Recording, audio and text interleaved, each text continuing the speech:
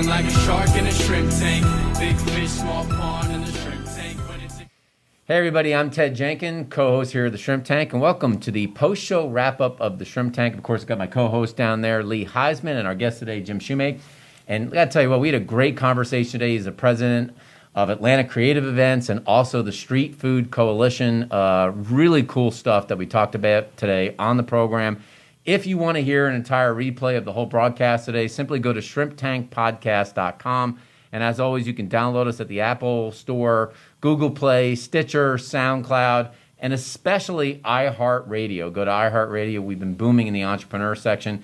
Get us in your car. This is how you get the MBA in entrepreneurship. You don't have to pay for it. You just listen to other entrepreneurs that have done this well and get a combination of street smarts and get a combination of book smarts all at one time. And Ted, as you say, that's where the street smarts and the book smarts collide, absolutely. Jim, thank you for coming on the show. Tell our listeners about your organizations. You do so much with so much variety, and there's so much value, not just for the end user that actually wants to come to an event, but for the other restaurateurs out there. So the two main companies that we have are the Street Food Coalition, which really works with small business owners, food trucks, street food tent vendors, and helping them get off their feet, get through their permitting, and also provide vending locations and festivals for them to make money at.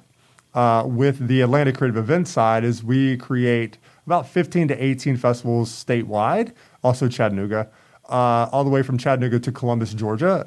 Then those festivals range from anywhere from 5,000 to 30,000 guests per event.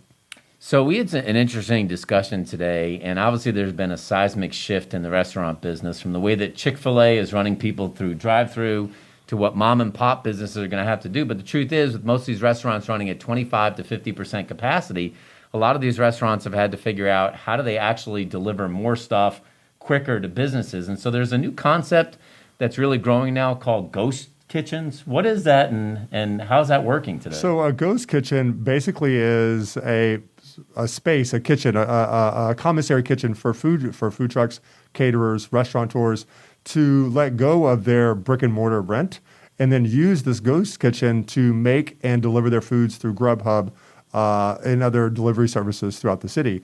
One thing that we also do is we have restaurants that are lunch and breakfast places that we are opening up to our members on the weekends. So say if you want a restaurant, but you're afraid to get into it, so we're going to allow you to basically have a pop-up at one of these locations that we have across the city on a Friday, Saturday night.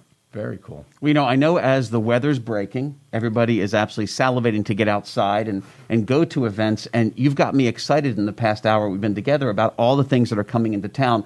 What are your plans for 2021, and what can our listeners expect from you? I think that 2020, obviously 2020, we just want to forget about that and start fresh with 2021. And I think this spring, festivals are going to come back, COVID-friendly, following CDC guidelines.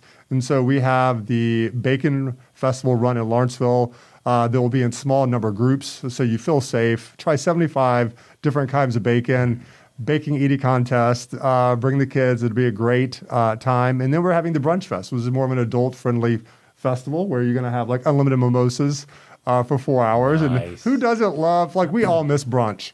And so we're just trying to bring brunch back. Absolutely, and bring it back for sure. Tell our listeners, how do they get in touch with you if they want to not only go to your events but also use you as a resource for their own entrepreneurship? Yeah, so on Facebook you can find us at Atlanta Creative Events or the Street Food Coalition, and you also go to thestreetfoodcoalition.com or atlantacreativeevents.com to see our schedule for the festivals in 2021. It wouldn't be a post-show wrap-up if I didn't put you on the spot and say, what's the best brunch here in the city of Atlanta? The best brunch, I have to say Kaleidoscope in Brookhaven.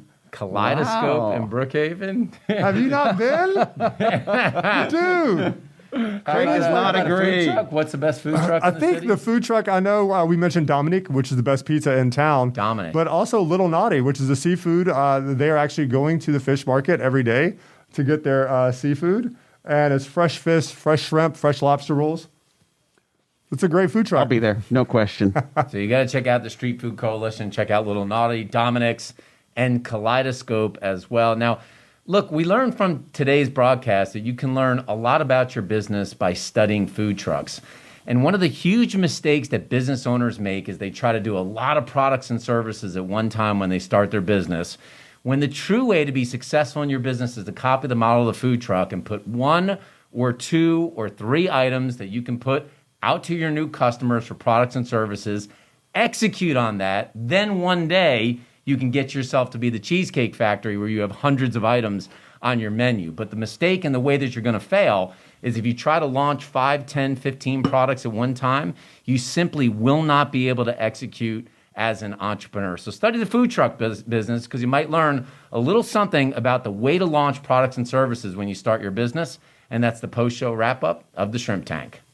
I've been feeling like a shark in a shrimp tank. Big fish, small pond in the shrimp